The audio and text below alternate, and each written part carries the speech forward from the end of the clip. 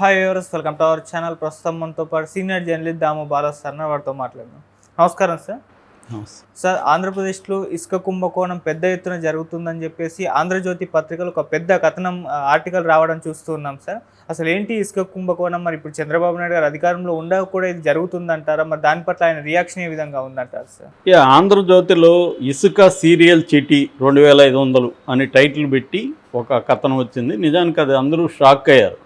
ఎందుకంటే ఆంధ్రజ్యోతి అంటేనే తెలుగుదేశం పత్రిక, అఫ్సియల్ పత్రిక కాకపోయినా అనఫ్సియల్గా అది తెలుగుదేశం పత్రిక. అఫ్సియల్ పత్రిక ఉంటే కూడా అలాగా పనిచేయలేదు. సాక్షి ఫర్ ఎగ్జాంపుల్ వైసీపీకి అఫ్సియల్ పత్రిక అయినా కూడా ఆంధ్రజ్యోతితో పోలిస్తే సాక్షి బలహీనం అని అందరికీ తెలుసు.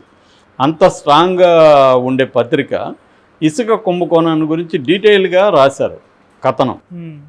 సో ఆ కథనం ఏందని చూస్తే వాళ్ళు రాసింది ఎక్కడంటే తెనాలి దగ్గర కొల్లిపర మండలంలో ముల్లంగి అనే గ్రామంలో జరుగుతున్న ఇసుక కుంభకోణం గురించి డీటెయిల్గా రాశారు. ఆ కుంభకోణం ఏంటంటే ఇసుక మామూలుగా ట్రాక్టర్లలో, తర్వాత 10 టన్నుల లారీలలో, 20 టన్నుల లారీలలో తీసుకెళ్తారు. అంటే 6 చక్రాల లారీ, 10 చక్రాల లారీ. మామూలుగా ట్రాక్టర్లు అయితే 5 టన్నుల ఇసుక పడుతుంది. 6 చక్రాల లారీలు అయితే 10 టన్నుల ఇసుక పడుతుంది. 10 చక్రాల లారీలు అయితే 20 టన్నుల ఇసుక పడుతుంది. ఒక్కొక్క మామూలుగా అయితే ఇసుక అనేది కంప్లీట్లీ ఫ్రీ అంటే అర్థం ఏంటి? అక్కడ కూలీ వాళ్ళు ఇసుక ఎత్తి కూలీ ట్రాక్టర్లో పోయాలి, ట్రాక్టర్ బాడుగా కట్టాలి, మళ్ళీ లోడింగ్ అన్లోడింగ్ ఈ వ్యవహారాలకన్నిటికీ డబ్బులు అయితే పే చేయాలి. అయితే ఇక్కడ ఇంకొక దందా గురించి వీళ్ళు రాశారు. అదేంటంటే సీరియల్ చీటీ దందా. సీరియల్ చీటీ అంటే సిబ్బంది ఉంటారు దీన్ని ఆర్గనైజ్ చేయడానికి. ఇసుక ఫ్రీ అంటే ఎవరి పార్టీకి వాళ్ళు తీసుకెళ్ళిపోవడం కాదు, ఒక ఆర్గనైజ్డ్గా చేయాలి. అందుకని పోలీసులు, రెవెన్యూ శాఖ అధికారులు వీళ్ళు అక్కడ ఉంటారు. వీళ్ళ ఆధ్వర్యంలోనే జరుగుతుంది. సో వీళ్ళు ఏం చేస్తున్నారంటే అందరికీ సీరియల్ చీటీలు ఇస్తున్నారు. సీరియల్ చీటీలు అంటే నీ నెంబరు, నీకు 12వ నెంబర్ అంటే రేపు రా అని చెప్తారు. రేపు వెళ్ళి వీడు 12వ నెంబర్ సార్ అంటే ఓకే అని చెప్పి వాడికి పంపిస్తారు. ఈ చీటీకి 2500 పే చేయాలి అనేది ఇతను ఆంధ్రజ్యోతి చెప్పింది.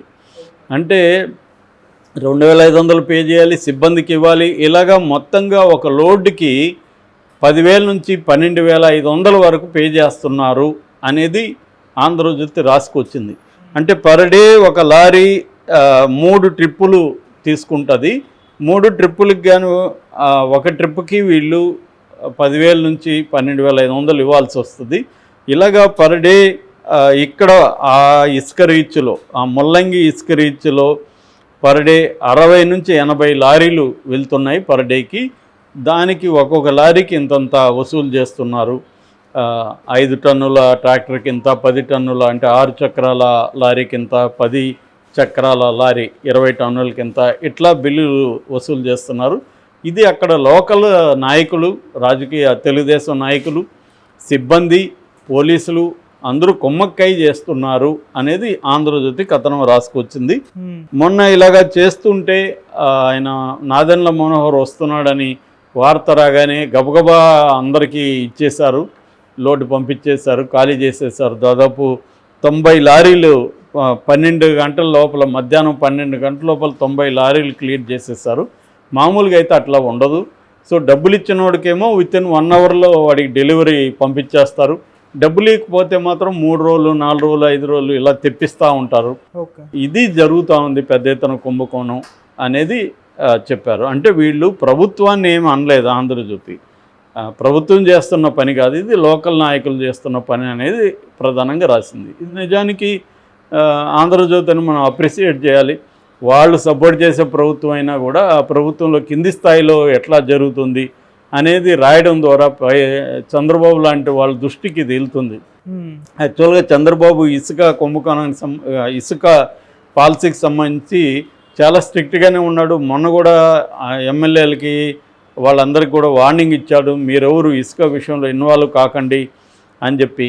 కానీ ఇక్కడ మనం ఓవరాల్గా ఒక పిక్చర్ మనకు అర్థమవ్వాల్సిందంటే జగన్ పీరియడ్లో జగన్కి బాగా బ్యాడ్ నేమ్ తెప్పించిన 2 స్కీములు ఉన్నాయి. ఒకటి మద్యము, 2 ఇసుక.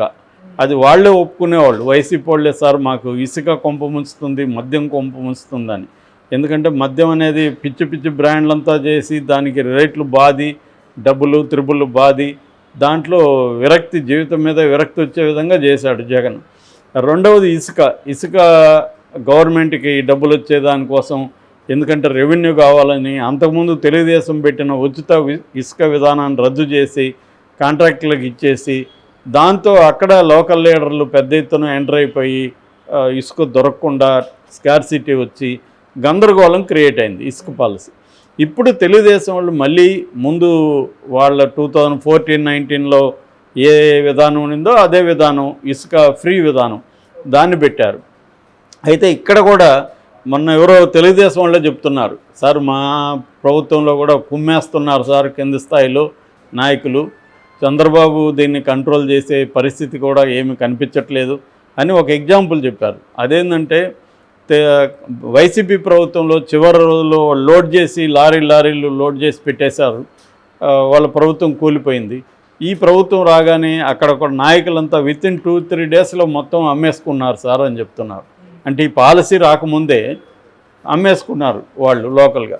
మామూలుగా ఇసుక కుంభకోణం అనేది ఎలా జరుగుతుంటుందో, లోకల్గా అధికార పార్టీ నాయకులు ఉంటారు, వాళ్ళు పర్ డేకి ఇంత, పర్ ట్రక్కి ఇంత ఇవ్వాలనేది ఫిక్స్ చేస్తారు రేట్లు. సో ఫిక్స్ చేసినప్పుడు అది రోజు మామూలుగా వెళ్ళిపోతుంటుంది. అందుకని రోజుకే కొన్ని లక్షలు సంపాదించే వాళ్ళు ఉంటారనమాట అక్కడ. సో ఇది మళ్ళీ ఇంటర్న్ అక్కడ ఉన్న స్థానిక మినిస్టర్లకి వాళ్ళకి పోయే పద్ధతిలో వెళ్తూ ఉంటుంది. ఇదంతా ఒక సిస్టమ్ జరుగుతూ ఉంటుంది. ఎందుకు ఇది ఇంత స్థాయిలో అవినీతి జరుగుతుందంటే సింపుల్ లాజిక్. ఒక్కొక్క ఎలక్షన్లో ఒక ఎమ్మెల్యే అభ్యర్థి 30 నుంచి 70 కోట్ల వరకు ఖర్చు పెడుతున్నారు. కొన్ని చోట్ల 100 కోట్లు ఖర్చు పెట్టిన సంగతులు కూడా ఉన్నాయి. సో అటువంటప్పుడు ఆ డబ్బులు మళ్ళీ ఎక్కడ సంపాదించాలి? మళ్ళీ ఇవే కదా సోర్సులు.